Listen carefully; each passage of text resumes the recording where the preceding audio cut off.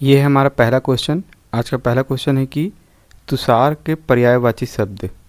तो तुषार का मतलब होता है, अच्छा ऑप्शन क्या क्या देख लेते हैं। तत्काल, तत्क्षण, फौरन, स्वस्थ, निरोग, रोगहीन, नखत, नक्षत्र, अड़ु, पाला, शीत और हिम।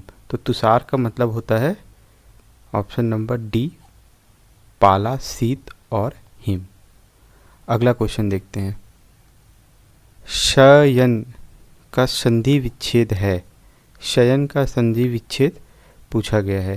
तो इन चार ऑप्शन में शयन का संधि विच्छेद होगा शेधन अन, शधन यन, शेधन अन। ऑप्शन नंबर ए, शेधन अन।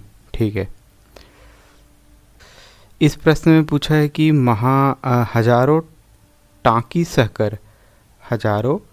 सहकर महादेव बनते हैं, यानी कि इसका अर्थ पूछ रहा है। ठीक है, ऑप्शन देखते हैं। कष्ट उठाए बिना महत्व नहीं मिलता, विश्वास से ही फल मिलता है, अत्यधिक कष्ट सहने की क्षमता होना, इनमें से कोई नहीं। तो विश्वास से ही फल मिलता है, ये तो नहीं होगा।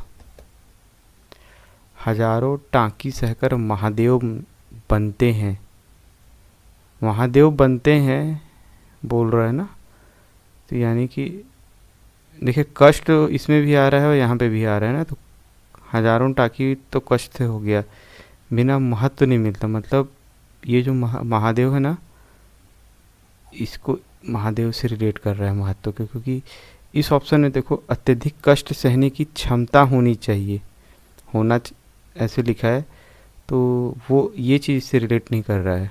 ठीक है, तो ऑप्शन नंबर ए होगा हमारा आंसर।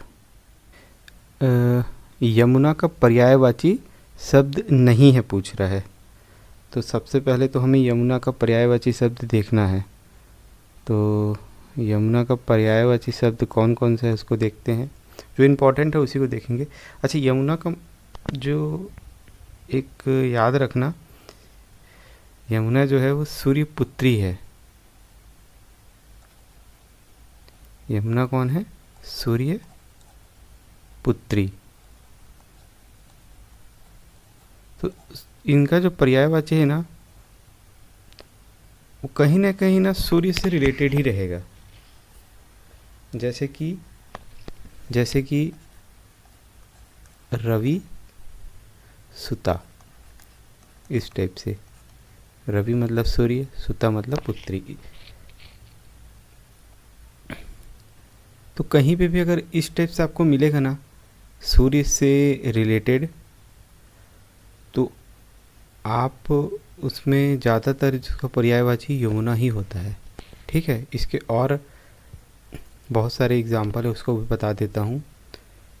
तरनिजा, तरनिजा, कालिंदी, कालिंदी, कालगंगा, कालगंगा, अर्कजा, अर्कजा, जमुना, कृष्णा, ये सभी क्या हैं? यमुना के पर्यायवाची। जमुना, कृष्णा, कृष्णा, भानुजा, भानुजा, ये जो प्रत्यय जुड़ रहा है ना, जा, ता, ये देखिए ये सब ये उसी कारण है।